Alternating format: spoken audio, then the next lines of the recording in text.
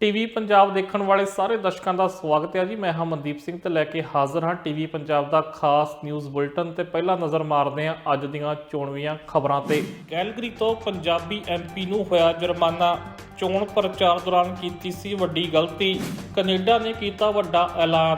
Ukraine ਤੋਂ ਵਾਪਸ ਬੁਲਾਏ ਆਪਣੇ ਨਾਗਰਿਕ।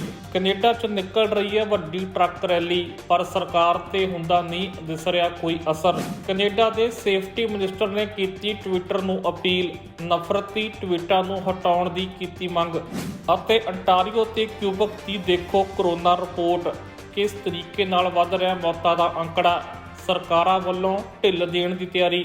ਸੋ ਇਹ ਸੀ ਅੱਜ ਦੀਆਂ ਚੋਣਵੀਆਂ ਖਬਰਾਂ ਤੇ ਹੁਣ ਖਬਰਾਂ ਵਿਸਥਾਰ ਨਾਲ। 2021 ਦੀਆਂ ਫੈਡਰਲ ਚੋਣਾਂ ਦੇ ਵਿੱਚ ਪੂਰੇ ਅਲਬਰਟਾ ਸੂਬੇ ਵਿੱਚੋਂ ਲਿਬਰਲ ਪਾਰਟੀ ਨੂੰ ਮਹਿਜ 2 ਸੀਟਾਂ ਮਿਲੀਆਂ ਸਨ, ਜਿਹਦੇ ਵਿੱਚ ਇੱਕ ਕੈਲਗਰੀ ਸਕਾਈ ਵਿਊ ਦੀ ਸੀਟ ਸੀ ਜਿਸ ਉੱਤੋਂ ਪੰਜਾਬੀ ਮੂਲ ਦੇ ਜਾਰਜ ਚਾਹਲ ਦੀ ਜਿੱਤ ਹੋਈ ਸੀ। ਪਰ ਇਲੈਕਸ਼ਨ ਦੇ ਪ੍ਰਚਾਰ ਦੌਰਾਨ ਜਾਰਜ ਚਾਹਲ ਕੋਲ ਇੱਕ ਗਲਤੀ ਹੋ ਗਈ ਸੀ, ਜਿਸ ਮਾਮਲੇ ਵਿੱਚ ਇਲੈਕਸ਼ਨ ਕੈਨੇਡਾ ਨੇ ਅੱਜ ਜਾਰਜ ਚਾਹਲ ਨੂੰ ਜੁਰਮਾਨਾ ਕੀਤਾ। ਇਹ ਜੁਰਮਾਨਾ ਜਾਰਜ ਚਾਹਲ ਨੇ ਭਰ ਦਿੱਤਾ ਤੇ ਇੱਕ ਵਾਰੀ ਫਿਰ ਆਪਣੀ ਗਲਤੀ ਲਈ ਮੁਆਫੀ ਵੀ ਮੰਗੀ ਹੈ। ਆਓ ਇਸ ਰਿਪੋਰਟ ਵਿੱਚ ਦੇਖਦੇ ਹਾਂ ਕਿ ਜਾਰਜ ਚਾਹਲ ਨੇ ਕਿਹੜੀ ਗਲਤੀ ਕੀਤੀ ਸੀ ਅਤੇ ਇਹ ਗਲਤੀ ਉਹਨਾਂ ਨੂੰ ਕਿੰਨੀ ਕੁ ਮਹਿੰਗੀ ਪਈ।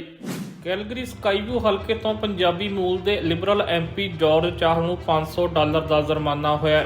ਇਹ ਜੁਰਮਾਨਾ ਐਮਪੀ ਜਾਰਜ ਚਾਹਲ ਨੂੰ ਕੈਨੇਡਾ ਇਲੈਕਸ਼ਨਸ ਵੱਲੋਂ ਕੀਤਾ ਗਿਆ। ਅਸਲ ਦੇ ਵਿੱਚ ਚੋਣ ਪ੍ਰਚਾਰ ਦੇ ਦੌਰਾਨ ਜਾਰਜ ਚਾਹਲ ਵਿਵਾਦਾਂ ਵਿੱਚ ਫਸ ਗਏ ਸਨ। 19 ਸਤੰਬਰ ਨੂੰ ਜਦੋਂ ਡੋਰ ਟੂ ਡੋਰ ਕੰਪੇਨ ਕਰ ਰਹੇ ਸਨ ਤਾਂ ਉਸ ਦਿਨ ਉਹਨਾਂ ਨੇ ਇੱਕ ਡੋਰ ਉੱਤੇ ਆਪਣੇ ਵਿਰੋਧੀ ਉਮੀਦਵਾਰ ਜੈਕ ਸੋਹਤਾ, ਜੋ ਕਿ ਕੰਜ਼ਰਵੇਟਿਵ ਪਾਰਟੀ ਤੋਂ ਚੋਣ ਲੜ ਰਹੇ ਸਨ ਅਤੇ ਉਸ ਵੇਲੇ ਦੇ ਸਿਟਿੰਗ ਐਮਪੀ ਵੀ ਸਨ, ਉਹਨਾਂ ਦਾ ਫਲਾਇਰ ਜਦੋਂ ਉਸ ਡੋਰ ਤੇ ਦੇਖਿਆ ਤਾਂ ਉਹਨਾਂ ਨੇ ਉਹਨਾਂ ਦਾ ਫਲਾਇਰ ਸੁੱਟ ਦਿੱਤਾ ਤੇ ਆਪਣਾ ਫਲਾਇਰ ਉੱਥੇ ਰੱਖ ਦਿੱਤਾ ਅਤੇ ਇਹ ਘਟਨਾ ਸਾਰੀ ਕੈਮਰੇ ਵਿੱਚ ਕੈਦ ਹੋ ਗਈ, ਜੋ ਕਿ ਸੋਸ਼ਲ ਮੀਡੀਆ ਉੱਤੇ ਵਾਇਰਲ ਵੀ ਕਰ ਦਿੱਤੀ ਗਈ। ਜਿਸ ਤੋਂ ਬਾਅਦ ਜੈਕ ਸੋਹਤਾ ਨੇ ਇਸ ਦੀ ਸ਼ਿਕਾਇਤ ਕੀਤੀ ਅਤੇ ਉਸ ਤੋਂ ਬਾਅਦ ਕੈਨੇਡਾ ਇਲੈਕਸ਼ਨ ਦੇ ਕਮਿਸ਼ਨਰ ਵੱਲੋਂ ਇਸ ਦੀ ਜਾਂਚ ਵੀ ਸ਼ੁਰੂ ਕਰ ਦਿੱਤੀ ਗਈ। ਹੁਣ ਇਸ ਦੀ ਜਾਂਚ ਪੂਰੀ ਹੋ ਗਈ ਹੈ, ਜਿਸ ਦੇ ਵਿੱਚ ਜਾਰਜ ਚਾਹਲ ਦੀ ਗਲਤੀ ਪਾਈ ਗਈ ਹੈ। ਉਹਨਾਂ ਨੂੰ $500 ਦਾ ਜੁਰਮਾਨਾ ਵੀ ਕੀਤਾ ਗਿਆ। ਇਸ ਤੋਂ ਬਾਅਦ ਜਾਰਜ ਚਾਹਲ ਨੇ ਅੱਜ ਟਵੀਟ ਕੀਤਾ ਅਤੇ ਕਿਹਾ ਕਿ ਉਹਨਾਂ ਨੇ ਇਹ ਜੁਰਮਾਨਾ ਕਬੂਲ ਕਰ ਲਿਆ ਅਤੇ ਉਸ ਦੇ ਨਾਲ ਹੀ ਉਹਨਾਂ ਨੇ ਕਿਹਾ ਕਿ ਉਹਨਾਂ ਦੀ ਗਲਤੀ ਵੀ ਸੀ ਤੇ ਉਹ ਇਸ ਲਈ ਮਾਫੀ ਵੀ ਮੰਗਦੇ ਨੇ। ਔਰ ਉਹਨਾਂ ਨੇ ਖੁਦ ਇਸ ਘਟਨਾ ਦਾ ਜ਼ਿਕਰ ਕੀਤਾ ਕਿ ਸਤੰਬਰ 19, 2021 ਨੂੰ ਉਹਨਾਂ ਨੇ ਫਲਾਇਰ ਰਿਮੂਵ ਕੀਤਾ ਸੀ, ਜੋ ਕਿ ਕੈਮਰੇ ਵਿੱਚ ਵੀ ਸਾਫ਼ ਦੇਖਿਆ ਜਾ ਸਕਦਾ ਸੀ। ਇੱਥੇ ਜ਼ਿਕਰਯੋਗ ਹੈ ਕਿ ਅਲਬਰਟਾ ਵਿੱਚੋਂ ਲਿਬਰਲ ਦੇ ਸਿਰਫ 2 ਹੀ ਐਮਪੀ ਜਿੱਤੇ ਸਨ ਅਤੇ ਚਰਚਾ ਇਹ ਵੀ ਸੀ ਕਿ ਜਾਰਜ ਚਾਹਲ ਨੂੰ ਜਸਟਿਨ ਟਰੂਡੋ ਆਪਣੀ ਕੈਬਨਿਟ ਵਿੱਚ ਵੀ ਸ਼ਾਮਲ ਕਰ ਸਕਦੇ ਸਨ।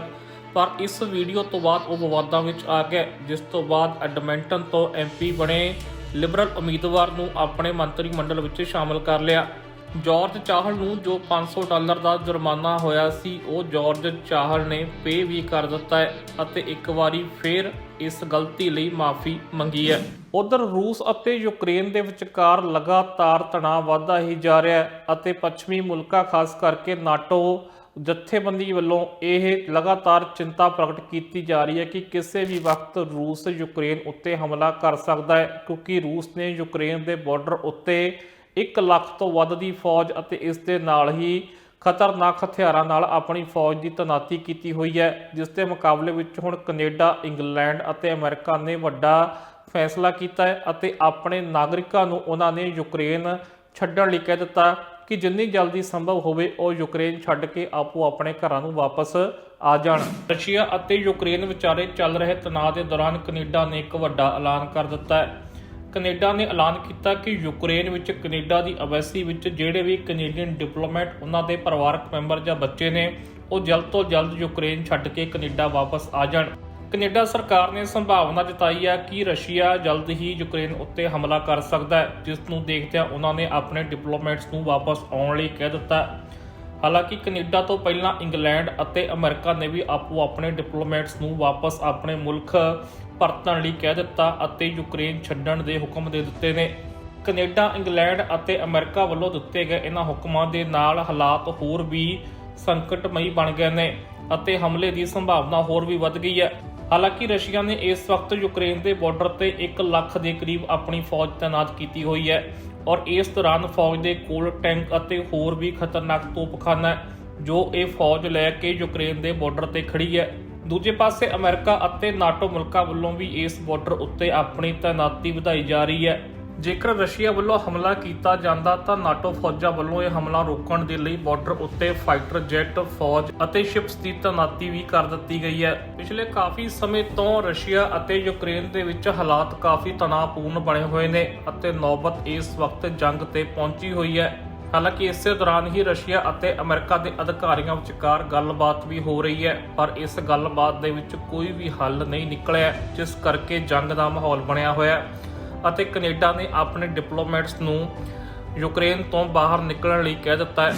ਕੈਨੇਡਾ 'ਚ ਵੈਕਸੀਨ ਦੇ ਵਿਰੋਧ ਦੇ ਲੈ ਕੇ ਇੱਕ ਵੱਡੀ ਟਰੱਕ ਰੈਲੀ ਨਿਕਲ ਰਹੀ ਹੈ ਜੋ ਅੱਜ ਸਸਕੈਚੁਅਨ ਪਹੁੰਚ ਗਈ ਹੈ ਤੇ ਇਸ ਰੈਲੀ ਨੂੰ ਭਰਵਾਂ ਸਮਰਥਨ ਵੀ ਮਿਲ ਰਿਹਾ ਹੈ। ਹਾਲਾਂਕਿ ਬਹੁਤ ਸਾਰੀਆਂ ਵੱਡੀਆਂ ਟਰੱਕਿੰਗ ਐਸੋਸੀਏਸ਼ਨਸ ਇਸ ਰੈਲੀ ਤੋਂ ਕਿਨਾਰਾ ਕਰ ਰਹੀਆਂ ਨੇ, ਪਰ ਆਪਣੇ ਆਪ ਵਿੱਚ ਰੈਲੀ ਨੂੰ ਕਾਫੀ ਸਮਰਥਨ ਮਿਲ ਰਿਹਾ ਤੇ ਇਸ ਰੈਲੀ ਦੇ ਸਮਰਥਨ ਵਿੱਚ ਹੁਣ ਤੱਕ 46 ਲੱਖ ਤੋਂ ਵੱਧ ਡਾਲਰ ਇਕੱਠੇ ਹੋ ਚੁੱਕੇ ਨੇ।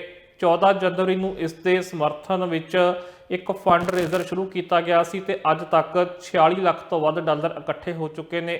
ਹਾਲਾਂਕਿ ਸਰਕਾਰ ਵੀ ਇਸ ਵਕਤ ਆਪਣੇ ਸਟੈਂਡ ਤੇ ਸਖਤ ਨਜ਼ਰ ਆ ਰਹੀ ਹੈ ਅਤੇ ਟਰੂਡੋ ਸਰਕਾਰ ਨੇ ਸਾਫ਼ ਕਹਿ ਦਿੱਤਾ ਕਿ ਇਸ ਰੈਲੀ ਦਾ ਉਹਨਾਂ ਤੇ ਕੋਈ ਅਸਰ ਨਹੀਂ ਹੋਵੇਗਾ ਅਤੇ ਉਹ ਆਪਣੇ ਸਟੈਂਡ ਉੱਤੇ ਡਟੇ ਰਹਿਣਗੇ। ਟਰੱਕ ਡਰਾਈਵਰਾਂ ਲਈ ਵੈਕਸੀਨ ਲਾਜ਼ਮੀ ਕਰਨ ਦੇ ਨਿਯਮ ਨੂੰ ਲੈ ਕੇ ਇਸ ਵਕਤ ਇੱਕ ਵੱਡੀ ਰੈਲੀ ਕੱਢੀ ਜਾ ਰਹੀ ਹੈ ਜਿਸ ਨੂੰ ਫਰੀडम ਰੈਲੀ ਦਾ ਨਾਮ ਦਿੱਤਾ ਜਾ ਰਿਹਾ ਹੈ, ਜੋ ਕਿ ਬ੍ਰਿਟਿਸ਼ ਕੋਲੰਬੀਆ ਤੋਂ ਨਿਕਲ ਕੇ ਓਟਾਵਾ ਤੱਕ ਜਾਵੇਗੀ, ਜਿਹੜੀ ਅੱਜ ਸਸਕੈਚੁਅਨ ਪਹੁੰਚ ਚੁੱਕੀ ਹੈ, ਜਿੱਥੇ ਲੋਕਾਂ ਵੱਲੋਂ ਇਸ ਰੈਲੀ ਦਾ ਕਾਫੀ ਸਵਾਗਤ ਵੀ ਕੀਤਾ ਗਿਆ।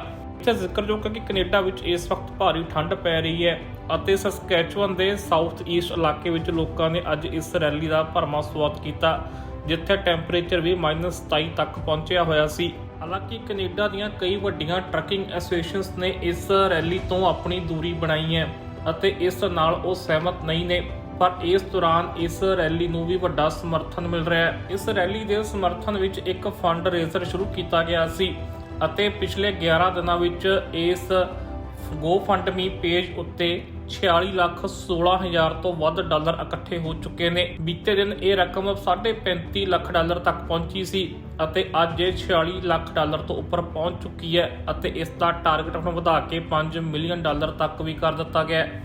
ਕੈਨੇਡੀਅਨ ਟਰੱਕਿੰਗ ਅਲਾਇੰਸ ਅਤੇ ਇਸ ਦੇ ਨਾਲ ਹੀ ਅਟਲਾਂਟਿਕ ਕੈਨੇਡੀਅਨ ਟਰੱਕਿੰਗ ਐਸੋਸੀਏਸ਼ਨ ਨੇ ਇਸ ਰੈਲੀ ਤੋਂ ਆਪਣੀ ਦੂਰੀ ਬਣਾਈ ਹੋਈ ਹੈ। ਹਾਲਾਂਕਿ ਇਹਨਾਂ ਵੱਲੋਂ ਇੰਨੀ ਮੰਗ ਜ਼ਰੂਰ ਕੀਤੀ ਜਾ ਰਹੀ ਸੀ ਕਿ ਇਸ ਨਿਯਮ ਵਿੱਚ ਕੁਝ ਨਾ ਕੁਝ ਰਹਿਤ ਜ਼ਰੂਰ ਦਿੱਤੀ ਜਾਵੇ, ਪਰ ਸਰਕਾਰ ਵੱਲੋਂ ਅੱਜ ਇੱਕ ਵਾਰੀ ਫਿਰ ਆਪਣਾ ਸਟੈਂਡ ਸਪਸ਼ਟ ਕਰ ਦਿੱਤਾ ਗਿਆ ਹੈ। ਇਸ ਸਟੈਂਡ ਉੱਤੇ ਜਸਟਿਨ ਟਰੂਡੋ ਦੀ ਸਰਕਾਰ ਸਖਤੀ ਨਾਲ ਪਹਿਰਾ ਦੇ ਰਹੀ ਹੈ। ਜਸਟਿਨ ਟਰੂਡੋ ਸਰਕਾਰ ਦੇ ਅੱਜ ਟਰਾਂਸਪੋਰਟ ਮੰਤਰੀ ਸਣੇ ਕਈ ਹੋਰ ਮੰਤਰੀਆਂ ਵੱਲੋਂ ਵੀ ਅੱਜ ਮੀਡੀਆ ਨਾਲ ਗੱਲਬਾਤ ਕੀਤੀ ਗਈ, ਜਿਸ ਵਿੱਚ ਜਾਰੀ ਕੀਤੇ ਗਏ ਇੱਕ ਬਿਆਨ ਵਿੱਚ ਕਿਹਾ ਗਿਆ ਕਿ ਵੈਕਸੀਨ ਇਸ ਵਕਤ ਸਭ ਤੋਂ ਅਸਰਦਾਰ ਹਥਿਆਰ ਹੈ ਜੋ ਕਿ ਕੋਵਿਡ-19 ਦੀ ਲੜਾਈ ਵਿੱਚ ਸਭ ਤੋਂ ਮਦਦਗਾਰ ਸਾਬਤ ਹੋ ਰਿਹਾ ਹੈ ਅਤੇ ਉਹਨਾਂ ਨੇ ਕਿਹਾ ਕਿ ਉਹਨਾਂ ਨੇ ਟਰੱਕਿੰਗ ਇੰਡਸਟਰੀ ਨੂੰ ਪਹਿਲਾਂ ਹੀ ਕਈ ਮਹੀਨੇ ਇਸ ਸੰਬੰਧੀ ਜਾਣਕਾਰੀ ਦੇ ਦਿੱਤੀ ਸੀ ਅਤੇ ਕਈ ਮਹੀਨੇ ਉਹਨਾਂ ਨੂੰ ਇਸ ਦੀ ਤਿਆਰੀ ਲਈ ਦੇ ਦਿੱਤੇ ਸਨ। ਇਸ ਲਈ ਹੁਣ ਇਸ ਤੋਂ ਪਿੱਛੇ ਨਹੀਂ ਹਟਿਆ ਜਾ ਸਕਦਾ। ਟਰਾਂਸਪੋਰਟ ਮੰਤਰੀ ਨੇ ਕਿਹਾ ਕਿ ਇਸ ਵਕਤ ਉਹ ਕਰੋਨਾ ਨੂੰ ਹਰਾਉਣ ਦੀ ਤਿਆਰੀ ਕਰ ਰਹੇ ਨੇ, ਜਿਸ ਲਈ ਜਲਦ ਤੋਂ ਜਲਦ ਸਾਨੂੰ ਵੈਕਸੀਨ ਲਗਵਾਉਣੀ ਚਾਹੀਦੀ ਹੈ। ਉਹਨਾਂ ਨੇ ਕਿਹਾ ਕਿ ਉਹ ਕਿਸੇ ਵੀ ਹੋਰ ਅਲਟਰਨੇਟਿਵ ਤੇ ਵਿਚਾਰ ਨਹੀਂ ਕਰ ਰਹੇ ਨੇ। ਜਿਸ ਤਰੀਕੇ ਦੇ ਸੁਝਾਅ ਮਿਲ ਰਹੇ ਨੇ ਕਿ ਅਨਵੈਕਸੀਨੇਟਡ ਟਰੱਕਰਸ ਨੂੰ ਰੈਪਿਡ ਟੈਸਟਿੰਗ ਕਰਾਉਣੀ ਚਾਹੀਦੀ ਹੈ ਜਾਂ ਫਿਰ ਕੁਝ ਹੋਰ ਰਿਆਇਤ ਦੇਣੀ ਚਾਹੀਦੀ ਹੈ, ਇਹਨਾਂ ਸਾਰੀਆਂ ਗੱਲਾਂ ਤੋਂ ਉਹਨਾਂ ਨੇ ਸਹਿਮਤੀ ਪ੍ਰਗਟ ਨਹੀਂ ਕੀਤੀ ਹੈ ਅਤੇ ਕਿਹਾ ਕਿ ਸਰਕਾਰ ਹੁਣ ਵੱਡਾ ਫੈਸਲਾ ਲੈ ਚੁੱਕੀ ਹੈ ਤੇ ਇਸ ਉੱਤੇ ਪਹਿਰਾ ਦਿੱਤਾ ਜਾਵੇਗਾ। ਇੱਥੇ ਜ਼ਿਕਰਯੋਗ ਹੈ ਕਿ ਬੀਤੇ ਦਿਨ ਜਸਟਿਨ ਟਰੂਡੋ ਨੇ ਵੀ ਕਿਹਾ ਸੀ ਕਿ 90% ਟਰੱਕਰ ਇਸ ਵਕਤ ਵੈਕਸੀਨੇਟਡ ਹੋ ਚੁੱਕੇ ਨੇ ਅਤੇ ਇਸ ਨਾਲ ਸਪਲਾਈ ਚੇਨ ਉੱਤੇ ਕੋਈ ਅਸਰ ਨਹੀਂ ਪਵੇਗਾ, ਜਦਕਿ ਕੁਝ ਕੰਜ਼ਰਵੇਟਿਵ ਲੀਡਰ ਸਰਕਾਰ ਦੇ ਇਸ ਫੈਸਲੇ ਦਾ ਵਿਰੋਧ ਕਰਦੇ ਵੀ ਨਜ਼ਰ ਆਏ, ਜਿਸ ਵਿੱਚ ਫਾਈਨੈਂਸ ਕ੍ਰਿਟਿਕ ਅਤੇ ਇਸ ਦੇ ਨਾਲ ਹੀ ਅਲਬਰਟਾ ਦੇ ਮੁੱਖ ਮੰਤਰੀ ਵੀ ਸ਼ਾਮਲ ਨੇ। ਦੂਜੇ ਪਾਸੇ GoFundMe ਤੇ ਮਿਲ ਰਹੀ ਵੱਡੀ ਮਾਈਕ ਸਹਾਇਤਾ ਤੋਂ ਇਸ ਰੈਲੀ ਦੇ ਆਰਗੇਨਾਈਜ਼ਰ ਵੀ ਕਾਫੀ ਖੁਸ਼ ਹੈ। ਉਹਨਾਂ ਨੇ ਕਿਹਾ ਕਿ ਇਸ ਪੈਸੇ ਦੀ ਵਰਤੋਂ ਰੈਲੀ ਦੌਰਾਨ ਖਾਣੇ ਤੇ ਫਿਊਲ, ਲੋਡਿੰਗ ਕੋਸਟ ਅਤੇ ਹੋਰ ਖਰਚਿਆਂ ਉੱਤੇ ਕੀਤੀ ਜਾਵੇਗੀ ਅਤੇ ਇਸ ਦੇ ਨਾਲ ਇਸ ਦਾ ਪੂਰਾ ਹਿਸਾਬ ਕਿਤਾਬ ਵੀ ਕੀਤਾ ਜਾਵੇਗਾ।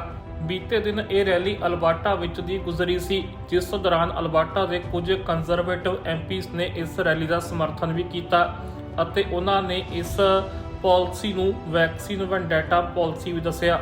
ਇਸ ਮਾਮਲੇ ਤੇ ਸਿਆਸਤ ਕਾਫੀ ਭਖੀ ਹੋਈ ਹੈ, ਪਰ ਜਸਟਿਨ ਟਰੂਡੋ ਸਰਕਾਰ ਆਪਣੇ ਸਟੈਂਡ ਤੇ ਸਪਸ਼ਟ ਨਜ਼ਰ ਆ ਰਹੀ ਹੈ। ਕੈਨੇਡਾ ਦੇ ਸੇਫਟੀ ਮਿਨਿਸਟਰ ਮਾਰਕੋ ਮੈਡੀਸੀਨੋ, ਜੋ ਕਿ ਪਿਛਲੇ ਸਰਕਾਰ ਵਿੱਚ ਇਮੀਗ੍ਰੇਸ਼ਨ ਮੰਤਰੀ ਸੀ, ਉਹਨਾਂ ਨੇ ਅੱਜ ਇੱਕ ਵਾਰੀ ਫਿਰ ਟਵਿੱਟਰ ਕੈਨੇਡਾ ਨੂੰ ਕੁਝ ਟਵੀਟਾਂ ਤੇ ਕਾਰਵਾਈ ਕਰਨ ਲਈ ਆਖਿਆ, ਕਿਉਂਕਿ ਇਹ ਟਵੀਟ ਨਫ਼ਰਤ ਫੈਲਾ ਰਹੇ ਸਨ ਅਤੇ ਇਹਨਾਂ ਵਿੱਚ ਨਸਲਵਾਦੀ ਭਾਸ਼ਾ ਦੀ ਵਰਤੋਂ ਕੀਤੀ ਗਈ ਹੈ ਅਤੇ ਇਹ ਟਵੀਟ ਜਸਟਿਨ ਟਰੂਡੋ ਦੇ ਕੈਬਨਿਟ ਦੇ ਹੀ ਟਰਾਂਸਪੋਰਟ ਮੰਤਰੀ ਨੂੰ ਨਿਸ਼ਾਨਾ ਬਣਾ ਰਹੇ ਸਨ, ਜਿਸ ਨੂੰ ਲੈ ਕੇ ਮਾਰਕੋ ਮੈਡੀਸੀਨੋ ਵੱਲੋਂ ਇੱਕ ਟਵੀਟ ਕੀਤਾ ਗਿਆ, ਜਿਸ ਵਿੱਚ ਟਵਿੱਟਰ ਕੈਨੇਡਾ ਨੂੰ ਟੈਗ ਕਰਕੇ ਕਿਹਾ ਗਿਆ ਕਿ ਇਹਨਾਂ ਉੱਤੇ ਕਾਰਵਾਈ ਹੋਣੀ ਚਾਹੀਦੀ ਹੈ।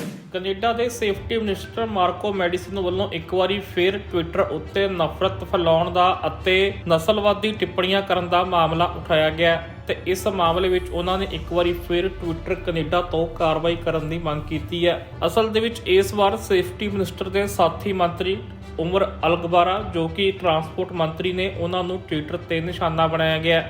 ਕੈਨੇਡਾ 'ਚ ਇਸ ਵਕਤ ਇੱਕ ਟਰੱਕ ਰੈਲੀ ਨਿਕਲ ਰਹੀ ਹੈ, ਜੋ ਕਿ ਬ੍ਰਿਟਿਸ਼ ਕੋਲੰਬੀਆ ਤੋਂ ਓਟਵਾ ਤੱਕ ਜਾ ਰਹੀ ਹੈ, ਜਿਨ੍ਹਾਂ ਵੱਲੋਂ ਵੈਕਸੀਨ ਮੰਡੇਟ ਦੇ ਖਿਲਾਫ ਇਹ ਰੈਲੀ ਕੀਤੀ ਜਾ ਰਹੀ ਹੈ। ਇਸੇ ਮਸਲੇ ਉੱਤੇ ਟਰਾਂਸਪੋਰਟ ਮਿਨਿਸਟਰ ਵੱਲੋਂ ਇੱਕ ਬਿਆਨ ਦਿੱਤਾ ਗਿਆ ਸੀ, ਜਿਸ ਦਾ ਵਿਰੋਧ ਕਰਦਿਆਂ ਹੋਇਆਂ ਇੱਕ ਟਵਿੱਟਰ ਯੂਜ਼ਰ ਨੇ ਉਹਨਾਂ ਨੂੰ ਅੱਤਵਾਦੀ ਤੱਕ ਆਖ ਦਿੱਤਾ ਅਤੇ ਉਹਨਾਂ ਲਈ ਟੈਰਰਿਸਟ ਸ਼ਬਦ ਵਰਤਿਆ। ਇਸੇ ਟਵੀਟ ਨੂੰ ਸ਼ੇਅਰ ਕਰਦੇ ਹੋਇਆ ਮਾਰਕੋ ਮੈਡੀਸੀਨੋ ਨੇ ਲਿਖਿਆ ਕਿ ਇਹ ਇੱਕ ਇਸਲਾਮੋਫੋਬਿਕ ਟਵੀਟ ਹੈ ਅਤੇ ਇਸ ਵਿੱਚ ਨਫ਼ਰਤ ਫੈਲਾਈ ਜਾ ਰਹੀ ਹੈ, ਜਿਸ ਉੱਤੇ ਫੁੱਲ ਸਟਾਪ ਲੱਗਣਾ ਜ਼ਰੂਰੀ ਹੈ। ਪਰ ਉਹਨਾਂ ਨੇ ਕਿਹਾ ਕਿ ਇਸ ਟਵੀਟ ਲਈ ਕੋਈ ਵੀ ਜਸਟੀਫਿਕੇਸ਼ਨ ਨਹੀਂ ਦਿੱਤੀ ਜਾ ਸਕਦੀ। ਇਸ ਤੋਂ ਬਾਅਦ ਮਾਰਕੋ ਮੈਡੀਸੀਨੋ ਵੱਲੋਂ ਇਸ ਟਵੀਟ ਉੱਤੇ ਕਾਰਵਾਈ ਕਰਨ ਲਈ ਟਵਿੱਟਰ ਕੈਨੇਡਾ ਨੂੰ ਟੈਗ ਕੀਤਾ ਗਿਆ। ਜ਼ਿਕਰਯੋਗ ਹੈ ਕਿ ਇੱਥੇ ਮਾਰਕੋ ਮੈਡੀਸੀਨੋ ਵੱਲੋਂ ਓਵਰ ਟੂ ਯੂ ਅਗੇਨ ਸ਼ਬਦ ਵਰਤਿਆ ਗਿਆ, ਕਿਉਂਕਿ ਇਸ ਤੋਂ ਪਹਿਲਾਂ ਵੀ ਮਾਰਕੋ ਮੈਡੀਸੀਨੋ ਇਸ ਤਰੀਕੇ ਦੇ ਕਈ ਮੁੱਦੇ ਉਠਾ ਚੁੱਕੇ ਨੇ, ਜਿਸ ਵਿੱਚ ਕੁਝ ਟਵਿੱਟਰ ਦੇ ਵਰਤੋਂਕਾਰਾਂ ਵੱਲੋਂ ਤਰ੍ਹਾਂ ਦੇ ਵਿਵਾਦਤ ਬਿਆਨ ਦਿੱਤੇ ਜਾ ਰਹੇ ਸਨ, ਜਿਨ੍ਹਾਂ ਮਾਮਲਿਆਂ ਉੱਤੇ ਮਾਰਕੋ ਮੈਡੀਸੀਨੋ ਨੇ ਟਵਿੱਟਰ ਕੈਨੇਡਾ ਨੂੰ ਕਾਰਵਾਈ ਕਰਨ ਲਈ ਆਖਿਆ ਸੀ ਤੇ ਇੱਕ ਵਾਰੀ ਫਿਰ ਇਸੇ ਤਰੀਕੇ ਦਾ ਮਸਲਾ ਉਠਾਇਆ ਗਿਆ। ਪਰ ਇਸ ਵਾਰ ਨਿਸ਼ਾਨਾ ਮਾਰਕੋ ਮੈਡੀਸੀਨੋ ਦੇ ਸਾਥੀ ਮੰਤਰੀ ਅਤੇ ਇਸ ਦੇ ਨਾਲ ਹੀ ਜਸਟਿਨ ਟਰੂਡੋ ਦੀ ਕੈਬਨਿਟ ਦੇ ਮੈਂਬਰ ਟਰਾਂਸਪੋਰਟ ਮੰਤਰੀ ਨੂੰ ਬਣਾਇਆ ਗਿਆ, ਜਿਸ ਤੋਂ ਬਾਅਦ ਇਹ ਮੁੱਦਾ ਹੋਰ ਵੀ ਗੰਭੀਰਤਾ ਨਾਲ ਉਠਾਇਆ ਗਿਆ। ਅੰਟਾਰੀਓ ਦੇ ਵਿੱਚ ਅੱਜ ਇੱਕ ਭਿਆਨਕ ਸੜਕ ਹਾਦਸਾ ਵਾਪਰਿਆ, ਜਿਸ ਦੇ ਵਿੱਚ ਇੱਕ ਵਿਅਕਤੀ ਦੀ ਮੌਤ ਹੋ ਗਈ ਹੈ। ਇਹ ਸੜਕ ਹਾਦਸਾ ਇੱਕ ਟਾਂਗੇ ਅਤੇ ਇੱਕ ਕਾਰ ਦੇ ਵਿਚਕਾਰ ਵਾਪਰਿਆ, ਜਿਸ ਵਿੱਚ ਜੋ ਟਾਂਗਾ ਆਪਰੇਟ ਕਰ ਰਿਹਾ ਵਿਅਕਤੀ ਸੀ, ਉਸ ਦੀ ਮੌਤ ਹੋ ਗਈ। ਅੰਟਾਰੀਓ ਦੀਆਂ ਸੜਕਾਂ ਉੱਤੇ ਹਾਲੇ ਵੀ ਕਾਫੀ ਬਰਫ਼ ਪਈ ਹੈ ਅਤੇ ਇਸ ਤਸਵੀਰਾਂ ਦੇ ਵਿੱਚ ਵੀ ਦੇਖਿਆ ਜਾ ਸਕਦਾ, ਜੋ ਨਿਕਲ ਕੇ ਸਾਹਮਣੇ ਆਈਆਂ ਨੇ, ਕਿ ਸੜਕ ਉੱਤੇ ਕਾਫੀ ਬਰਫ਼ ਸੀ। ਹਾਲਾਂਕਿ ਇਸ ਵਕਤ ਜਾਂਚ ਚੱਲ ਰਹੀ ਹੈ ਕਿ ਹਾਦਸਾ ਕਿਵੇਂ ਤੇ ਕਿਉਂ ਹੋਇਆ, ਪਰ ਫਿਰ ਵੀ ਮੰਨਿਆ ਜਾ ਰਿਹਾ ਕਿ ਸੜਕ ਉੱਤੇ ਕਾਫੀ ਬਰਫ਼ ਸੀ, ਜਿਸ ਕਰਕੇ ਹਾਦਸਾ ਵਾਪਰਿਆ। ਅੰਟਾਰੀਓ ਦੀ ਹਰੋਨ ਕਾਉਂਟੀ ਵਿੱਚ ਅੱਜ ਇੱਕ ਸੜਕ ਹਾਦਸਾ ਵਾਪਰਿਆ, ਜਿਸ ਵਿੱਚ ਇੱਕ ਵਿਅਕਤੀ ਦੀ ਮੌਤ ਹੋ ਗਈ ਜਦਕਿ 2 ਵਿਅਕਤੀ ਜ਼ਖਮੀ ਹੋ ਗਏ। ਇਹ ਸੜਕ ਹਾਦਸਾ ਅੱਜ ਸਵੇਰੇ 8 ਵਜੇ ਦੇ ਕਰੀਬ ਵਾਪਰਿਆ। ਜਾਣਕਾਰੀ ਅਨੁਸਾਰ ਇੱਕ ਵਿਅਕਤੀ ਘੋੜਾ ਤੇ ਬੱਗੀ ਤੇ ਜਾ ਰਿਹਾ ਸੀ, ਜਿਸ ਦੀ ਟੱਕਰ ਇੱਕ SUV ਨਾਲ ਹੋ ਗਈ, ਜਿਸ ਤੋਂ ਬਾਅਦ ਬੱਗੀ ਆਪਰੇਟਰ ਦੀ ਮੌਤ ਹੋ ਗਈ। ਹਾਲਾਂਕਿ ਪੁਲਿਸ ਵੱਲੋਂ ਉਸ ਨੂੰ ਹਸਪਤਾਲ ਪਹੁੰਚਾਇਆ ਗਿਆ, ਪਰ ਉੱਥੇ ਉਸ ਨੂੰ ਮ੍ਰਿਤਕ ਐਲਾਨ ਦਿੱਤਾ ਗਿਆ। ਇਸ ਦੇ ਨਾਲ ਹੀ 2 SUV ਵਿੱਚ ਸਵਾਰ ਲੋਕਾਂ ਨੂੰ ਵੀ ਹਸਪਤਾਲ ਲਿਜਾਇਆ ਗਿਆ, ਜਿਨ੍ਹਾਂ ਦੇ ਹਲਕੀਆਂ ਸੱਟਾਂ ਲੱਗੀਆਂ ਨੇ। ਪੁਲਿਸ ਵੱਲੋਂ ਇਸ ਸੜਕ ਹਾਦਸੇ ਦੀਆਂ ਤਸਵੀਰਾਂ ਵੀ ਸਾਂਝੀਆਂ ਕੀਤੀਆਂ ਗਈਆਂ ਨੇ, ਜਿਸ ਵਿੱਚ ਦੇਖਿਆ ਜਾ ਸਕਦਾ ਹੈ ਕਿ ਘੋੜੇ ਮਗਰ ਪਾਈ ਬੱਗੀ ਬਿਲਕੁਲ ਹੀ ਨਸ਼ਟ ਹੋ ਚੁੱਕੀ ਹੈ, ਜਿਸ ਤੋਂ ਪਤਾ ਲੱਗਦਾ ਕਿ ਇਹ ਟੱਕਰ ਕਿੰਨੀ ਭਿਆਨਕ ਸੀ ਅਤੇ ਇਸੇ ਦੌਰਾਨ ਹੀ ਬੱਗੀ ਆਪਰੇਟਰ ਦੀ ਮੌਤ ਵੀ ਹੋ ਗਈ, ਜਦਕਿ SUV ਬੁਰੀ ਤਰੀਕੇ ਨਾਲ ਨੁਕਸਾਨੀ ਗਈ ਹੈ। ਪੁਲਿਸ ਵੱਲੋਂ ਇਸ ਮਾਮਲੇ ਦੀ ਜਾਂਚ ਕੀਤੀ ਜਾ ਰਹੀ ਹੈ। ਉੱਥੇ ਹੀ ਇਸ ਮਾਮਲੇ ਤੇ ਚਸ਼ਮਦੀਦਾਂ ਦੀ ਵੀ ਭਾਲ ਕੀਤੀ ਜਾ ਰਹੀ ਹੈ ਕਿ ਜੇਕਰ ਉਹਨਾਂ ਕੋਲ ਕੋਈ ਜਾਣਕਾਰੀ ਹੈ ਤਾਂ ਇਸ ਮਾਮਲੇ 'ਚ ਉਹ ਪੁਲਿਸ ਦੀ ਮਦਦ ਵੀ ਕਰ ਸਕਦੇ ਨੇ। ਇਸ ਸੜਕ ਹਾਦਸੇ ਤੋਂ ਬਾਅਦ ਪੁਲਿਸ ਵੱਲੋਂ ਇਹ ਰੋਡ ਬੰਦ ਕਰ ਦਿੱਤਾ ਗਿਆ। ਇੱਥੇ ਜ਼ਿਕਰਯੋਗ ਹੈ ਕਿ ਇਸ ਇਲਾਕੇ ਵਿੱਚ ਬੀਤੇ ਦਿਨੀ ਭਾਰੀ ਬਰਫ਼ਬਾਰੀ ਹੋਈ ਸੀ, ਜਿਸ ਕਾਰਨ ਸੜਕਾਂ ਉੱਤੇ ਹਾਲੇ ਵੀ ਬਰਫ਼ ਦੇਖੀ ਜਾ ਸਕਦੀ ਹੈ ਅਤੇ ਇਸ ਨੂੰ ਵੀ ਸੜਕ ਹਾਦਸੇ ਦਾ ਇੱਕ ਕਾਰਨ ਮੰਨਿਆ ਜਾ ਸਕਦਾ ਹੈ। ਪਰ ਪੁਲਿਸ ਵੱਲੋਂ ਇਸ ਮਾਮਲੇ ਦੀ ਜਾਂਚ ਕੀਤੀ ਜਾ ਰਹੀ ਹੈ, ਜੋ ਕਿ ਹਾਲੇ ਸ਼ੁਰੂਆਤੀ ਦੌਰ ਵਿੱਚ ਹੈ ਅਤੇ ਉਸ ਤੋਂ ਬਾਅਦ ਹੀ ਅਸਲੀ ਕਾਰਨ ਨਿਕਲ ਕੇ ਸਾਹਮਣੇ ਆਵੇਗਾ। ਅੰਟਾਰੀਓ 'ਚ ਬੀਤੇ ਦਿਨੀ ਭਾਰੀ ਬਰਫ਼ਬਾਰੀ ਹੋਈ ਸੀ, ਜਿਸ ਦਾ ਅਸਰ ਹਾਲੇ ਤੱਕ ਦੇਖਣ ਨੂੰ ਮਿਲ ਰਿਹਾ ਹੈ। ਖਾਸ ਕਰਕੇ ਟੋਰਾਂਟੋ ਖੇਤਰ ਵਿੱਚ ਇਸ ਵਕਤ ਠੰਡ ਰਿਕਾਰਡ ਤੋੜ ਰਹੀ ਹੈ ਔਰ ਲੋਕਾਂ ਨੂੰ ਕਾਫੀ ਠੰਡ ਦਾ ਸਾਹਮਣਾ ਕਰਨਾ ਪੈ ਰਿਹਾ ਹੈ। ਕੈਨੇਡਾ ਤੇ ਸੂਬੇ ਅੰਟਾਰੀਓ ਵਿੱਚ ਹਾਲੇ ਵੀ ਭਾਰੀ ਠੰਡ ਪੈ ਰਹੀ ਹੈ। ਬੀਤੇ ਦਿਨੀ ਇੱਥੇ ਭਾਰੀ ਬਰਫ਼ਬਾਰੀ ਹੋਈ ਸੀ, ਜਿਸ ਕਾਰਨ ਆਮ ਜਨਜੀਵਨ ਪੂਰੇ ਤਰੀਕੇ ਨਾਲ ਪ੍ਰਭਾਵਿਤ ਹੋਇਆ ਸੀ ਅਤੇ ਹੁਣ ਇੱਥੇ ਐਨਵਾਇਰਨਮੈਂਟ ਕੈਨੇਡਾ ਵੱਲੋਂ ਲਗਾਤਾਰ ਐਕਸਟ੍ਰੀਮ ਕੋਲਡ ਵੈਦਰ ਦੀ ਵਾਰਨਿੰਗ ਜਾਰੀ ਕੀਤੀ ਜਾ ਰਹੀ ਹੈ। ਇਹ ਵਾਰਨਿੰਗ 17 ਜਨਵਰੀ ਨੂੰ ਜਾਰੀ ਕੀਤੀ ਗਈ ਸੀ ਤੇ ਅੱਜ ਲਗਾਤਾਰ 9ਵੇਂ ਦਿਨ ਵੀ ਇਹ ਵਾਰਨਿੰਗ ਜਾਰੀ ਹੈ ਅਤੇ ਟੈਂਪਰੇਚਰ ਇੱਥੇ ਲਗਾਤਾਰ ਘਟ ਰਿਹਾ ਹੈ। ਜਾਣਕਾਰੀ ਅਨੁਸਾਰ ਬੁੱਧਵਾਰ ਨੂੰ ਇੱਥੇ -30 ਤੱਕ ਦੇ ਟੈਂਪਰੇਚਰ ਦੀ ਉਮੀਦ ਕੀਤੀ ਜਾ ਰਹੀ ਹੈ। ਖਾਸ ਕਰਕੇ ਟੋਰਾਂਟੋ ਦੇ ਇਲਾਕੇ ਵਿੱਚ ਇਸ ਵਕਤ -30 ਟੈਂਪਰੇਚਰ ਦੀ ਉਮੀਦ ਕੀਤੀ ਜਾ ਰਹੀ ਹੈ।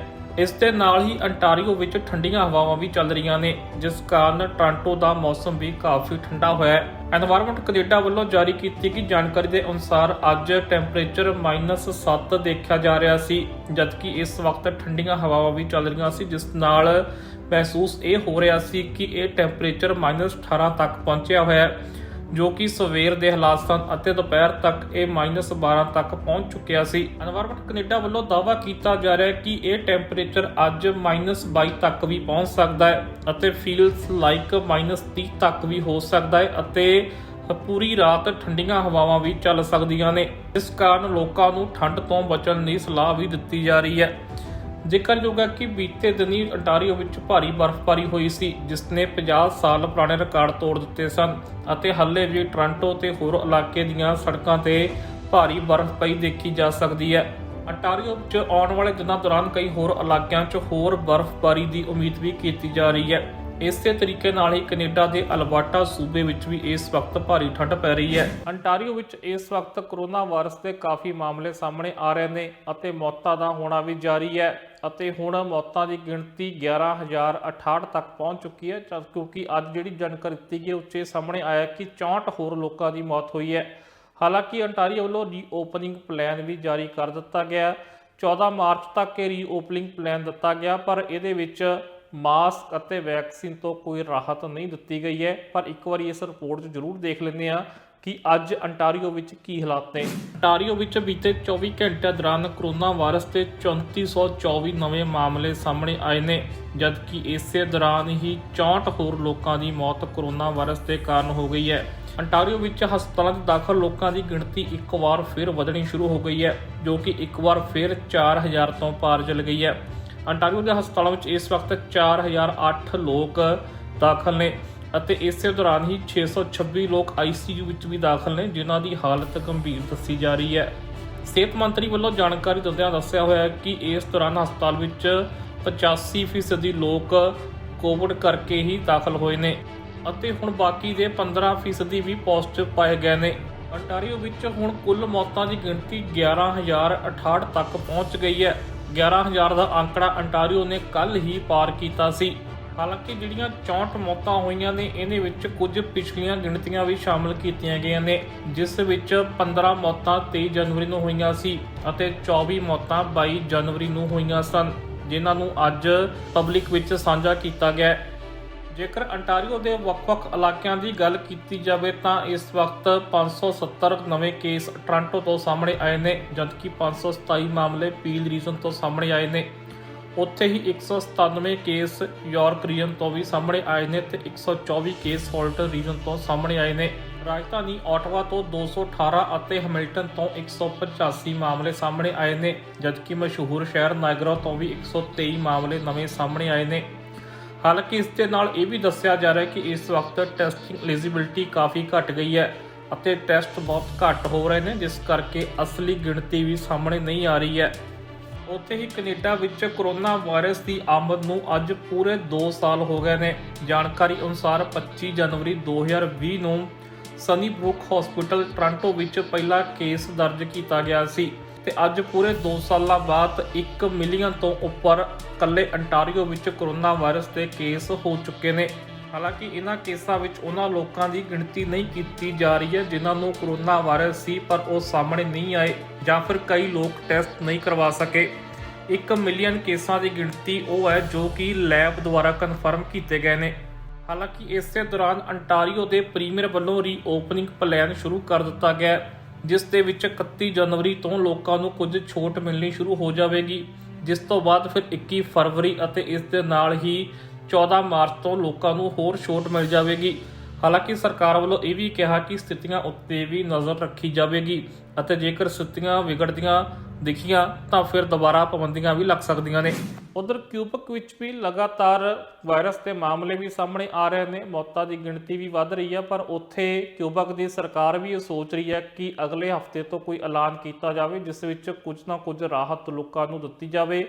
ਹਾਲਾਂਕਿ ਬੀਤੇ ਦਿਨ ਹੀ ਨਾਈਟ ਕਰਫਿਊ ਹਟਾ ਦਿੱਤਾ ਗਿਆ ਸੀ ਅਤੇ ਹੁਣ ਰੈਸਟੋਰੈਂਟ ਅਤੇ ਹੋਰ ਥਾਵਾਂ ਉੱਤੇ ਜਿਹੜੀ ਹੈ ਥੋੜੀ ਢਿੱਲ ਦੇਣ ਦੀ ਗੱਲ ਕੀਤੀ ਜਾ ਰਹੀ ਹੈ, ਪਰ ਜਿਹੜੇ ਲੋਕਾਂ ਨੇ ਵੈਕਸੀਨ ਨਹੀਂ ਲਗਵਾਈ ਉਹਨਾਂ ਉੱਤੇ ਹੱਲੇ ਵੀ ਸਰਕਾਰ ਸਖਤ ਨਜ਼ਰ ਆ ਰਹੀ ਹੈ ਔਰ ਲਗਾਤਾਰ ਸਰਕਾਰ ਵੱਲੋਂ ਹੈਲਥ ਟੈਕਸ ਦੀ ਪੈਰਵਾਈ ਕੀਤੀ ਜਾ ਰਹੀ ਹੈ।